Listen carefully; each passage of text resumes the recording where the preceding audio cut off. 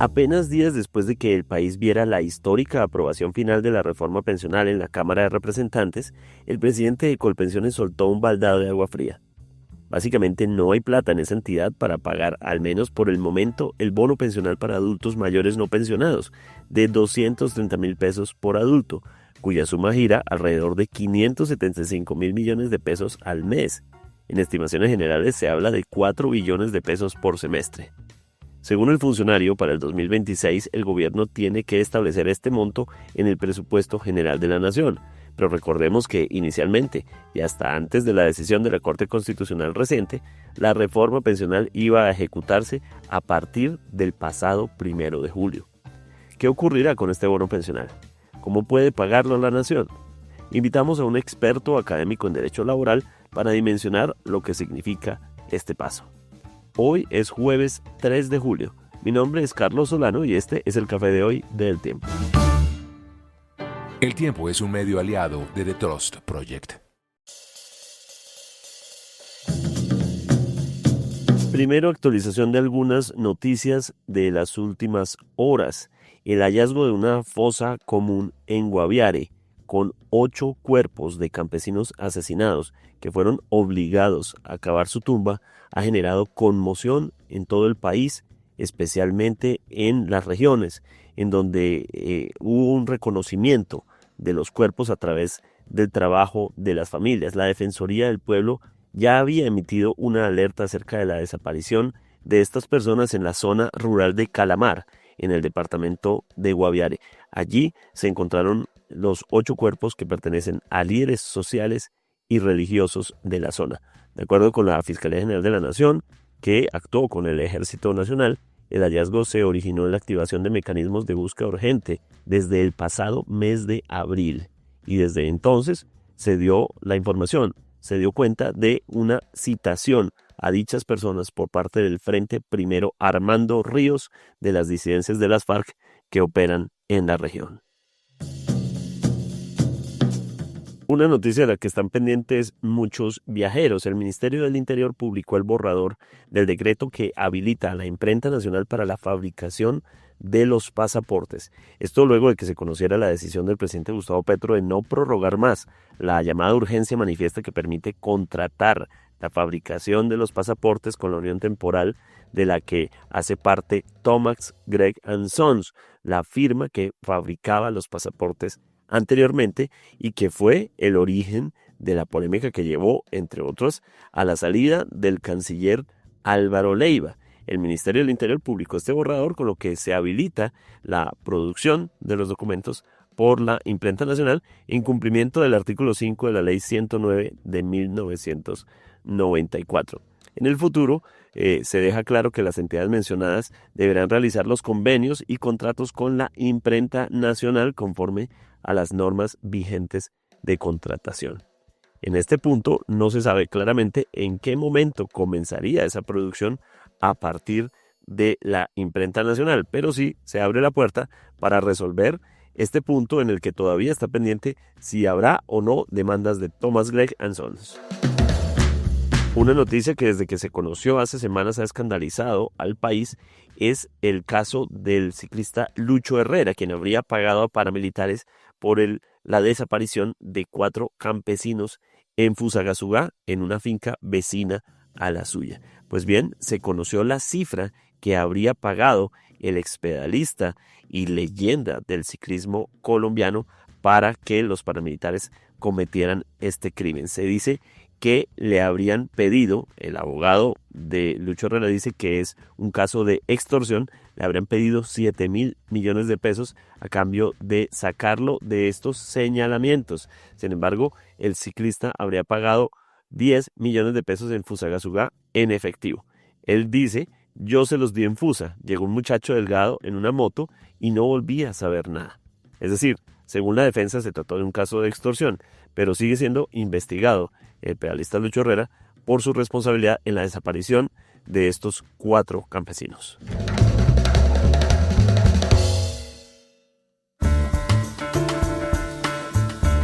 El país conoció de parte del presidente de Colpensiones, Jaime Duzán, en estos días que no hay dinero en él, al menos en este momento, en Colpensiones para poder pagar el bono pensional para adultos mayores y que este vendría a incluirse en el presupuesto del 2026.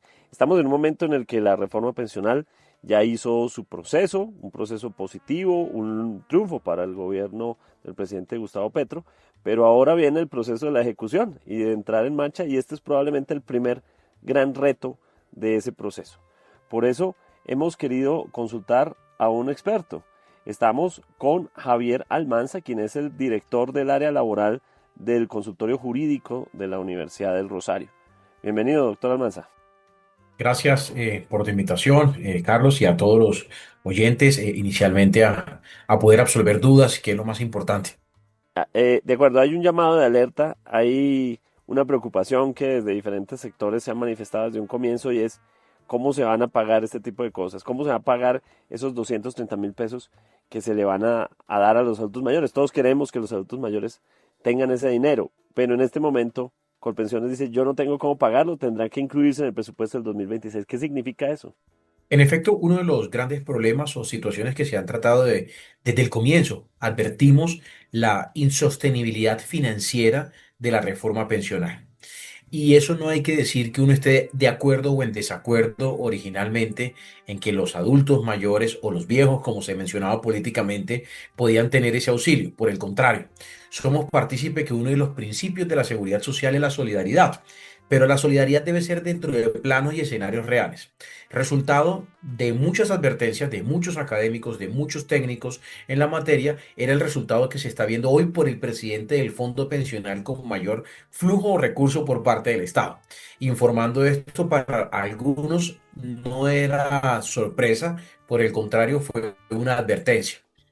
¿Cuál es el propósito ahorita tendrá que hacer? Que vendrá automáticamente tener que considerar o una reforma tributaria única y exclusivamente para poder sostener ese pilar solidario, algo que inicialmente ya se había advertido. Entonces, creo que el panorama no es alentador desde el punto de vista de, como dice el dicho, de los que tenemos que poner las cotizaciones necesarias para poder financiar ese pilar solidario. De acuerdo, doctor Almanza. De todos modos, hay que decir, el señor Dusan dice, eso no significa que no vaya a haber ese dinero, sino que se tiene que incluir en el presupuesto general de la nación y que haya pues unas partidas especiales que provengan, pero lo importante es saber de dónde va a provenir.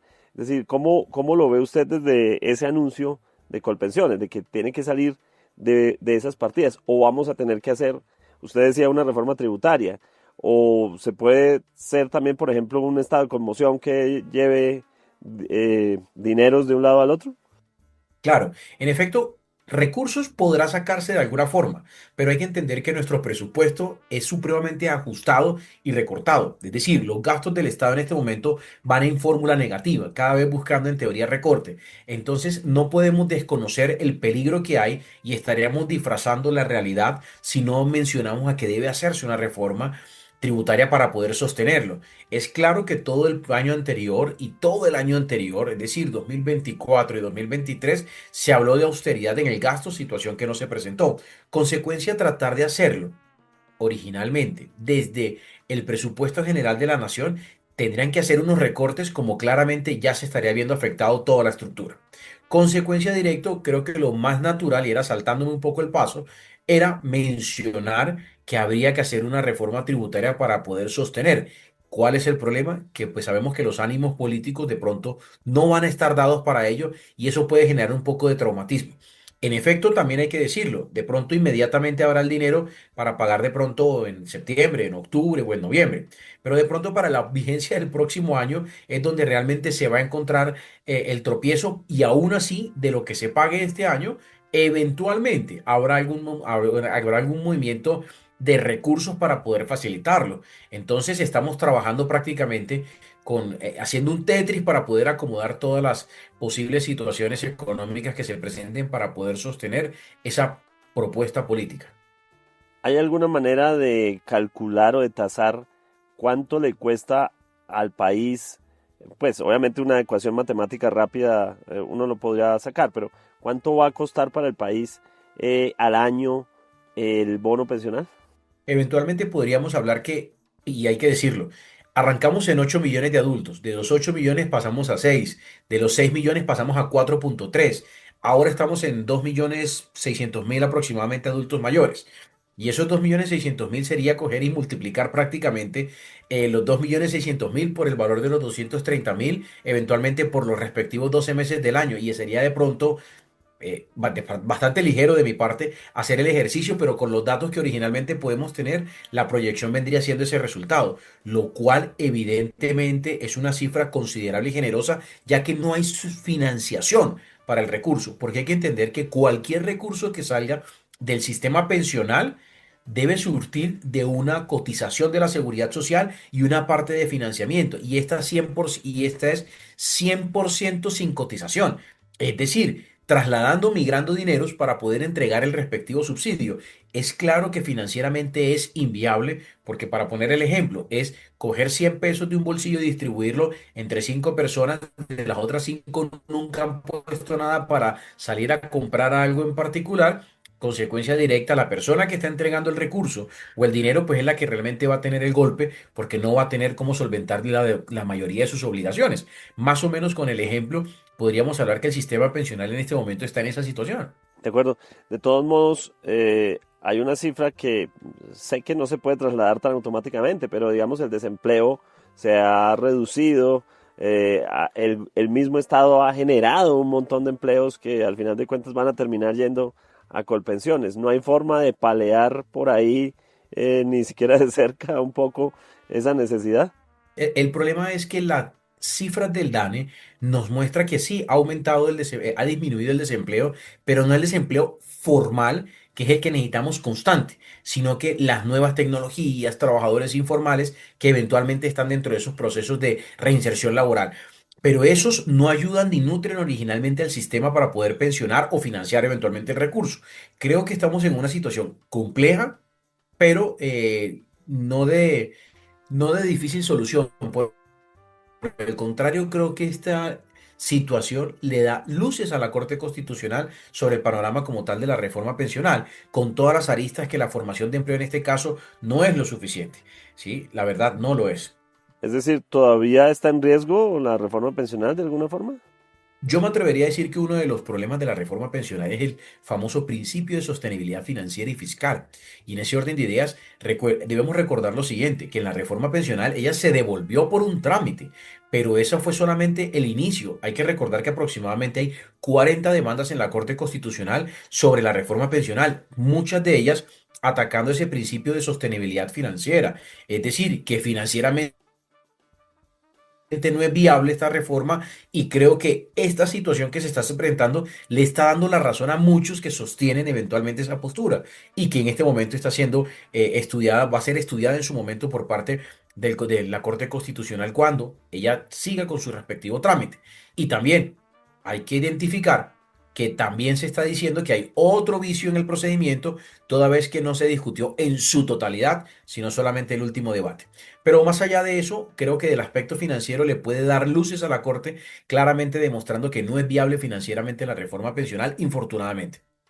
¿Pero por qué? Por una razón, porque no se están generando los recursos necesarios, es decir, a través de vinculaciones de carácter formal, ¿sí? Para que el sistema pueda nutrirse.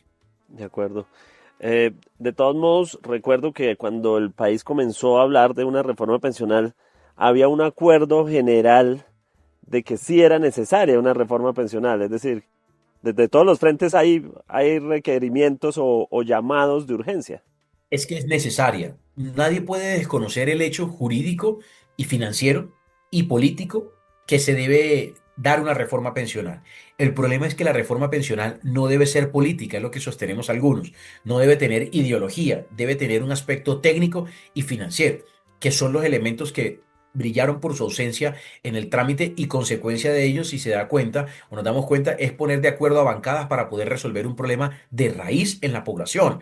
No es resolverlo del movimiento A o del movimiento B. Por el contrario, debería ser par para todo el mundo. Consecuencia que no se dio, situación que no se dio, y el resultado es que tenemos una reforma que, si bien es cierto, sigue un buen fin, porque no podemos desconocer que sigue un buen fin, políticamente fue permeada y consecuencia directa, solo se dio una postura dentro del tema, el concepto de la política social, que no es tan política, sí de social, pero una política de pronto desacertada al momento de implementarla, porque nos está dando la razón en este momento donde claramente no se podía distribuir de esa manera. Doctor, y si lo aterrizamos en nuestras realidades diarias, usted o yo tenemos una tía que no se pudo pensionar y que quedó desprotegida, o el señor que vende helados en la calle y tiene que trabajar hasta los 80, 90 años vendiendo helados. Es decir, hay una realidad social que no podemos eludir. Evidentemente, y sea la oportunidad de mencionarlo, yo lo digo en diferentes escenarios públicos, lo he manifestado. Yo tampoco me beneficio con la reforma pensional. Yo no alcanzo las semanas como afiliado en el sistema, pero eso no significa que yo esté en contra o a favor de ella. Y adicional, el escenario académico nos da la oportunidad de poder tener las diferentes objetividades para poder decir, mira, ¿sabes qué? Este es el aspecto positivo y negativo. Y el aspecto positivo es que busque una cobertura, ampliarla, claro que sí, pero el problema es que hacerlo de escenarios reales. Algunos sostenemos que no hay necesidad de reforma, porque lo que había realmente era necesidad de fortalecer los programas que ya traía el sistema. Por eso hablamos algunos, y yo me atrevo a decir y sostengo, es cuando se politizó la reforma pensional, es decir, se habló desde el punto de vista de la política gubernamental de la reforma pensional, pues automáticamente se dejó de ver el componente técnico y objetivo. Pero algunos sostenemos diciendo que, venga, ¿por qué no haber implementado esa misma reforma o esos recursos, haberlos ampliado en el programa del adulto mayor? Que eso podía ayudar eventualmente a esa situación y evitarse toda la migración de capitales que no hay necesidad, no había necesidad, sin defender. Ojo que hay que aclarar esto, no hay necesidad de defender a nadie, ni atacar al uno ni defender al otro. Son los escenarios que estamos tratando de plantear porque evidentemente una preocupación eran los recursos y evidentemente con recursos se puede pagar ese programa social. Y si quien está presidiendo la entidad que en este momento es el pilar del componente social, está diciendo que no están los recursos, evidentemente creo que hay un problema de financiación y evidentemente también hay un problema de visión al momento de implementar la reforma. Solamente se planteó un postulado político que nos llevó de pronto a estar hoy preocupándonos con eso. Y eso no quiere decir que uno no esté de acuerdo en que deban darle el auxilio, pero por favor, creo que es lo mínimo. Esa es la parte básica de los viejos o viejas, como decía el proyecto de reforma política social que tenía el gobierno inicialmente. Y es importante hacerlo, pero eso lo podías haber hecho por el otro programa. No crear un nuevo programa y todo este traumatismo normativo que tiene de pronto en vilo y polarizado eventualmente a muchos partidos políticos en este tema. No era necesario, considero. De acuerdo. En ese sentido, digamos, el endeudamiento en el que puede entrar la nación podría acarrear efectos en años, décadas. Hay una manera de tasar el endeudamiento o digamos el hueco fiscal que puede generar el asunto. Es cierto y hay que reconocer que nosotros venimos con un aumento, no es de este gobierno, es de gobiernos atrás también, una deuda fiscal bastante generosa y sobre todo, si hacemos un estudio de los presupuestos generales de la nación con destino a los fondos pensionales, el crecimiento es exponencial, es grandísimo y va a seguir siendo grande con esta gran apuesta sin generación de empleo. Eso es innegable. Pero lo que más de pronto uno puede considerar a futuro en este caso no es nada diferente que tendrá que haber ayuda de nosotros los contribuyentes en algún momento para poder sostenerla, lo cual considero supremamente y políticamente inviable. La gente creo que no puede estar al punto de aguantarse una reforma tributaria más para poder sostener un sistema pensional y eso puede llegar a un punto de polarización mayor. De entre los que están de acuerdo a los que no, puede aumentar eventualmente ese tipo de contribuciones y ese tipo de discusiones en el legislativo. ¿Qué viene ahora, por ejemplo, también para los aportantes? Bueno, este es un tema muy grande, obviamente. Estamos hablando del bono pensional, pero gran parte de ese pulmón para poder sostenerse va a salir de jóvenes como nuestro productor del programa que está arrancando su vida laboral y que empieza a aportar a su pensión. Y ahí está, ahí él nos está escuchando y está diciendo, bueno, aquí empiezo yo a aportar. Hay otros que estamos ya en otra época en la que nos toca, quedamos en el régimen antiguo, pero ¿cómo queda el asunto ahí? Es decir, para ese aportante joven, ¿qué va a significar esto? El panorama, digamos que es un poco incierto, para no decir que es desalentador, porque es alentador de pronto para el que logra y por eso hay que reconocer, hay que mirar algo en particular en todo el contexto del sistema pensional. Si no, si fuera tan benéfica para todo el mundo, la gente no estaría corriendo originalmente para pensionarse en el régimen anterior, no estaríamos comprando semanas, no estaríamos haciendo toda esa tramitología para intentar recuperar semanas que nuestros empleadores dejaron de cotizar en algún momento, con cierto temor o de pronto escepticismo. El gran reto está para las generaciones jóvenes, como por ejemplo el productor de este programa, eventualmente en el ejemplo que lo pones, él va a estar un poco en la dicotomía de, venga, si yo me quedo en este escenario, ¿sí? Nos vamos a encontrar que el panorama de él es 2,3 salarios. Sí, serán sus cotizaciones básicas al pilar solidario y el excedente de ese 2,3 a los fondos privados en la posibilidad que hablemos de una continuidad laboral. Resultado de lo anterior, si lo ponemos a dinero del día de hoy, y es una cifra de pronto desalentadora, pero hay que analizarlo de esa manera, hoy una persona que pueda estar cotizando en ese rango que yo le acabo de mencionar, una pensión no puede oscilar entre más de 2.300.000 pesos. Entonces, si se pone a mirar, el escenario no es agradable cuando una persona puede estar devengando 6 u 8 millones de pesos, que la pensión le quede entre 2.500.000 y 2.800.000, pues si dices, no es rentable. Y es algo que infortunadamente no fueron bien explicadas las condiciones, porque también estuvo permeada de la política en el ejercicio. Pero si hubiese sido un tema un poco más técnico para explicarnos a muchos cómo iba a quedar, absolutamente no iba a pasar la reforma. Y eso hace parte de la balanza. Y el reto para los jóvenes, que será buscar la estabilidad eventualmente en el empleo, que es un gran reto de todos los estados, porque no es solamente de Colombia, eso es en el mundo, la estabilidad en el empleo, que es supremamente volátil. El concepto de estabilidad ha cambiado. Para poder mencionar una estabilidad de 20 años o de 15 años, hoy estamos hablando que las estabilidades son de meses. Entonces, eventualmente una persona podrá durar 6 meses, y no quiero decir que nuestro productor que es joven va a durar 6 meses en su trabajo, pero la tendencia es a cambiar relativamente en los trabajos. Claro, por supuesto. Eh, Perdóneme si sueno repetitivo. No hay marcha atrás.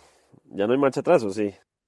No, no hay, no la hay. En este momento, con lo que estamos, ¿qué puede pasar la marcha atrás? Que la Corte Constitucional dijera se declara inexequible en este caso, o inconstitucional la reforma pensional, y pues claro, caería todo el sistema y sería la gran avalancha de comentarios y de situaciones en particular.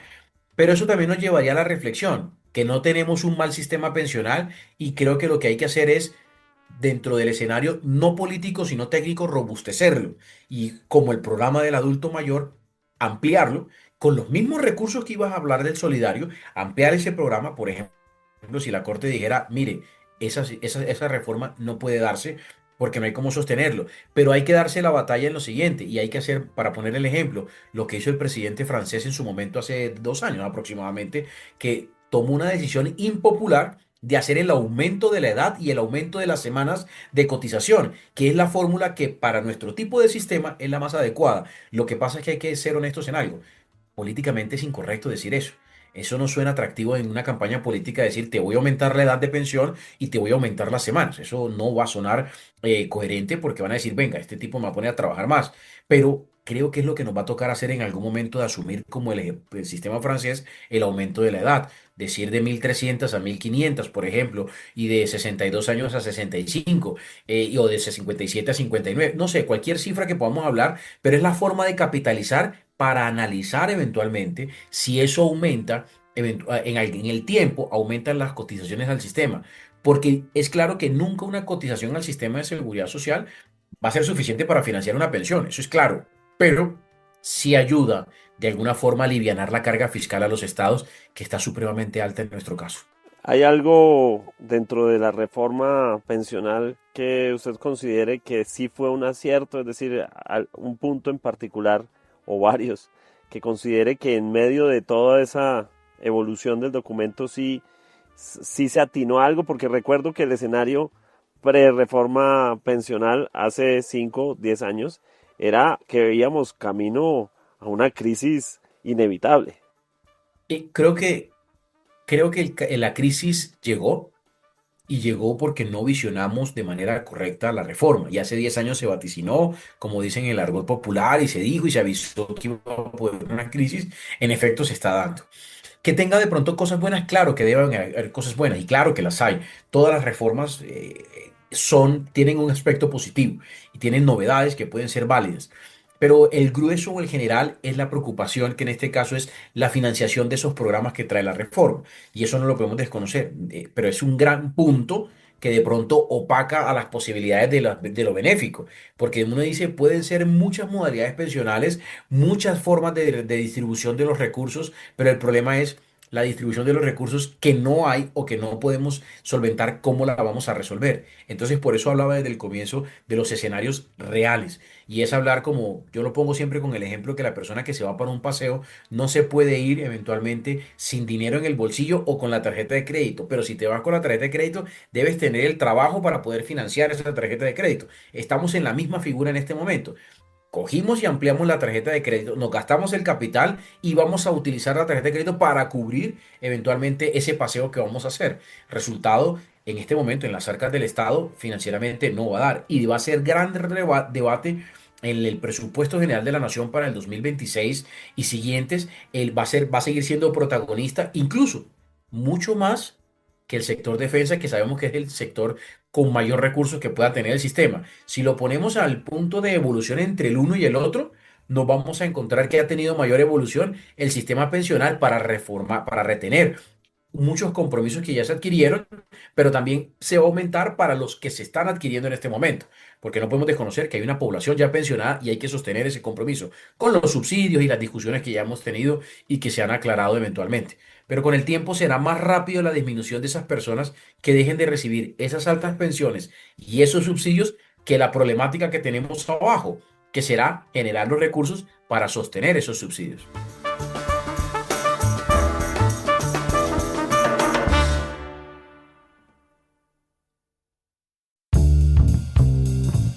Gracias por acompañarnos en el café de hoy. Suscríbase en todas las plataformas de podcast y en el canal de YouTube de El Tiempo. Nos encuentran también en Instagram y en X como @podcasteltiempo. Además, si quiere recibir a través de WhatsApp la notificación de cada nuevo episodio, siga el enlace que se encuentra en la descripción o envíenos un mensaje con la palabra suscripción al teléfono 320-353-27 y haga parte de la comunidad del café de hoy. Este episodio fue producido por Pedro Sánchez.